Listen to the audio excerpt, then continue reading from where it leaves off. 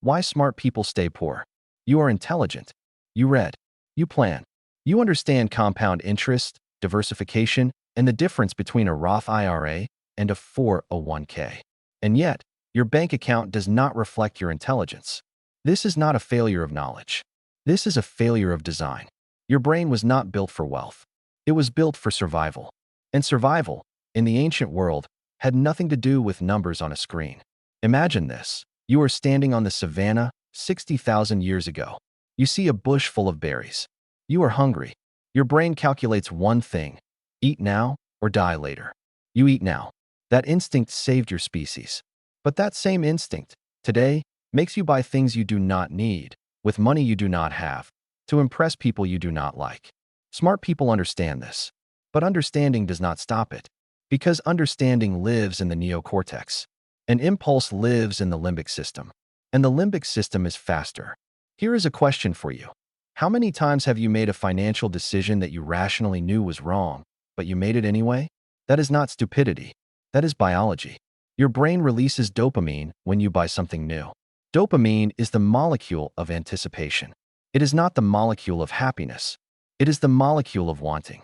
And wanting never ends. Smart people know this. They have read about it. They have studied behavioral economics. They can name every cognitive bias in Daniel Kahneman's book. And still, they check their portfolio every hour. Still, they sell in panic when the market drops. Still, they buy the overpriced coffee every morning. Let us talk about the marshmallow experiment. You have heard of it. Children were given one marshmallow. They were told, if you wait 15 minutes, you get two. Some waited. Some did not. The ones who waited had better life outcomes, according to the study. But here is what nobody tells you. The ones who waited were not more intelligent. They were more distracted. They covered their eyes. They sang songs. They turned their backs to the marshmallow. They did not fight the impulse. They avoided it. Smart people try to fight the impulse. They reason with themselves. They say, I know this is a bad investment. I know I should not buy this. I know I should save. But reasoning with a craving is like reasoning with a hurricane. You do not reason with a hurricane. You build a shelter. Here is a second question. Why do intelligent people often make worse investors than average people? Studies show that IQ and investment returns are not correlated. In fact, higher IQ investors sometimes underperform because they overtrade. They think they can predict the market. They confuse information with insight. They read the news. They analyze charts. They watch financial television. And then they buy high and sell low. A study from the University of California found that frequent traders underperform the market by about 6.5% per year. The most active traders perform the worst. Smart people trade more. Average people hold longer. Holding is boring. Trading is exciting. And the brain chooses excitement over boring every single time. Let us travel back to 1970. Imagine two people. One is a Wall Street analyst with an MBA from Harvard. The other is a secretary who does not even own a calculator. The analyst studies companies. He reads annual reports. He attends investor meetings. He trades every week. The secretary buys one stock. She does not look at it for 30 years. Who ends up richer? Statistically, the secretary. Because she did nothing. And doing nothing is the most difficult financial skill you can learn. Smart people cannot do nothing.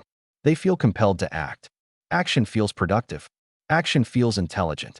But in finance, action is often the enemy. This is the paradox. Your intelligence gives you the tools to understand the market, but it also gives you the confidence to believe you can beat it. And that confidence is expensive. Overconfidence is not a personality flaw. It is a cognitive bias. The Dunning-Kruger effect is famous for explaining why incompetent people overestimate themselves. But the reverse is also true. Competent people overestimate themselves too, just in more sophisticated ways. You do not think you are a genius. You just think you are slightly above average. And that slight above average belief is enough to make you trade too much, diversify too little, and hold on to losing positions for too long. Because selling a losing position is admitting you were wrong. And your brain hates that. Let us talk about loss aversion.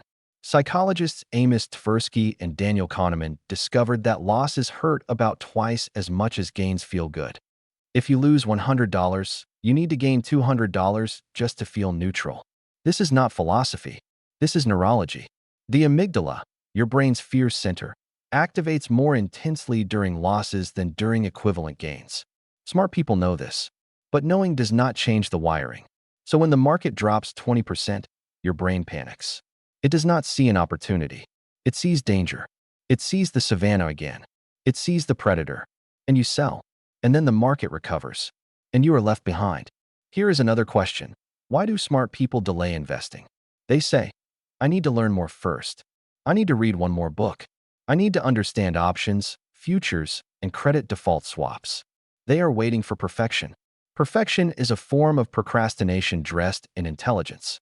Meanwhile, average people who know nothing about finance open a 401k on their first day of work and contribute 10% automatically. They do not think about it. They do not optimize. They just do it. And 20 years later, they have more wealth than the genius who is still reading.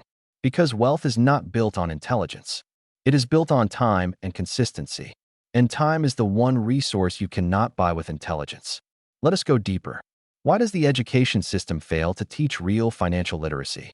Because schools were designed in the Industrial Revolution to produce obedient workers, not investors, not owners. They teach you to be a good employee. They teach you to follow instructions. They teach you to value grades over outcomes. Smart people excel in this system. They get A's. They graduate with honors. But the system does not teach you how to build assets. It teaches you how to be an asset. You are trained to sell your time for money. And that is the most inefficient wealth-building strategy there is. Because time is finite. And selling it limits your upside. Wealthy people do not sell time.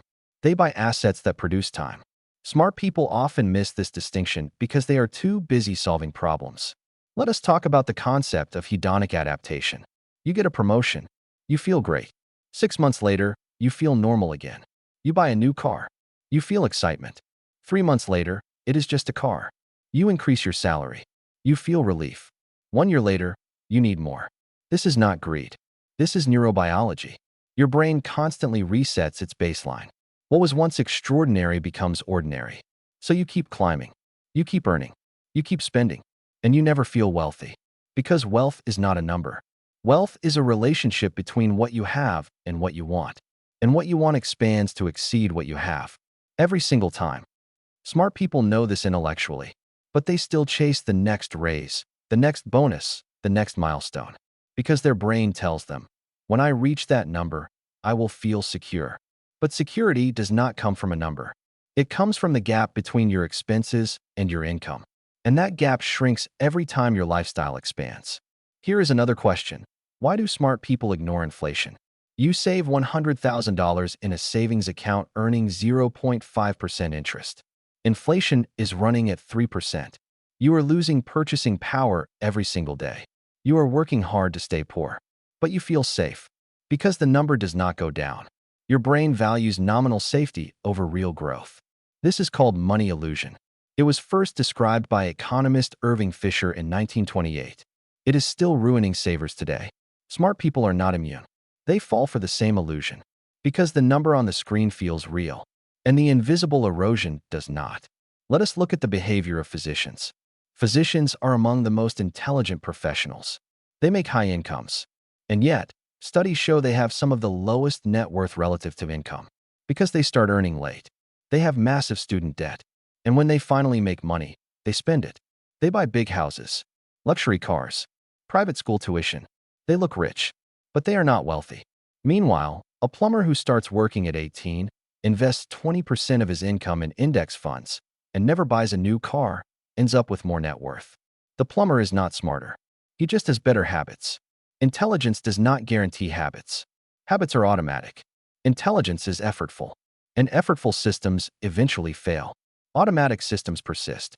Let me ask you something uncomfortable. Are you spending money to signal status? You buy a brand. You wear a logo. You drive a car that costs more than your annual savings. Why? Because humans are status-seeking primates. It is not vanity. It is survival. In the ancestral environment, status meant access to food, mates, and protection. Your brain still thinks status matters. But in the modern world, status is a trap. Every dollar spent on status is a dollar not spent on freedom.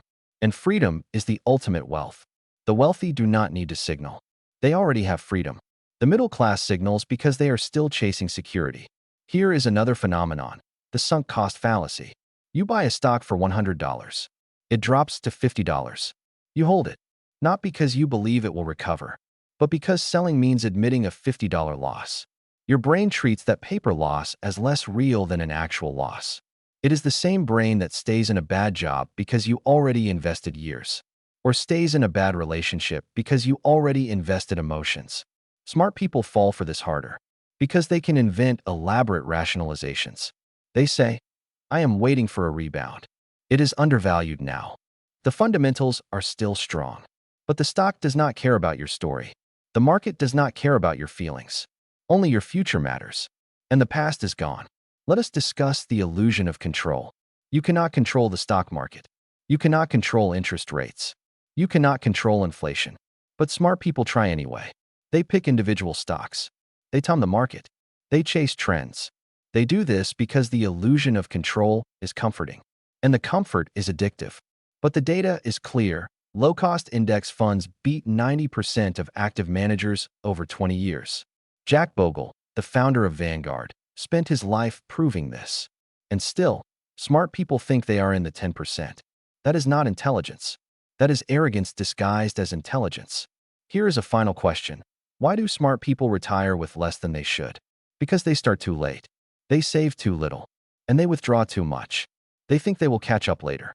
But time is the only ingredient you cannot recreate. A dollar invested at age 20 grows to $88 by age 65 at 10% returns. A dollar invested at age 40 grows to $12 by age 65. That is not a small difference. That is a different life. Smart people know compound interest. But knowing and acting are two different brains. One brain knows. The other brain procrastinates. And procrastination is the silent killer of wealth. Let us look at the science of habits. Charles Duhigg, in his book, The Power of Habit, explains that habits are loops. Cue, routine, reward. Your financial habits are the same. You get a paycheck. Cue, you pay bills. You spend the rest. Routine, you feel relief. Reward, the loop is automatic. To change wealth, you do not need more intelligence. You need a new loop. You need to automate savings. You need to make investing invisible. You need to create a system that bypasses your brain. Because your brain is the problem. Here is a controversial thought. Maybe poor financial outcomes are not about intelligence at all. Maybe they are about self-worth. Many smart people do not believe they deserve wealth. They grew up with scarcity. They were told money is the root of evil. They were taught that rich people are greedy. Subconsciously, they sabotage themselves. They give money away. They overspend on others. They avoid negotiating their salary. These are not financial mistakes. These are psychological patterns. And intelligence alone cannot fix a wounded sense of self. Let us talk about the wealthy mindset. Wealthy people think in decades. Poor people think in days. Wealthy people buy assets. Poor people buy liabilities. Wealthy people focus on net worth. Poor people focus on income. Wealthy people are comfortable with uncertainty. Poor people want guarantees. None of this requires high IQ. It requires emotional regulation. It requires delayed gratification. It requires the ability to sit in discomfort. And that is harder than calculus. You are smart. You know this. You know that you should save more. Invest earlier. Spend less. But knowing is not doing. And doing requires something you may not have. Discipline. Discipline is not a trait. It is a muscle. It is built through repetition. And the most disciplined thing you can do is to remove yourself from the process. Automate your savings. Automate your investments. Set it and forget it. Because your brain cannot be trusted. Let me tell you about the investor who had the highest returns in a famous 20-year study. It was not a hedge fund manager. It was not a billionaire. It was a dead man. His portfolio was frozen. No trades. No decisions. No panic. He beat everyone. Because he did nothing. And doing nothing is the most intelligent thing you can do in investing. So here you are. Smart. Informed. Aware of every bias. Every fallacy. Every trap. And still, your bank account is not growing.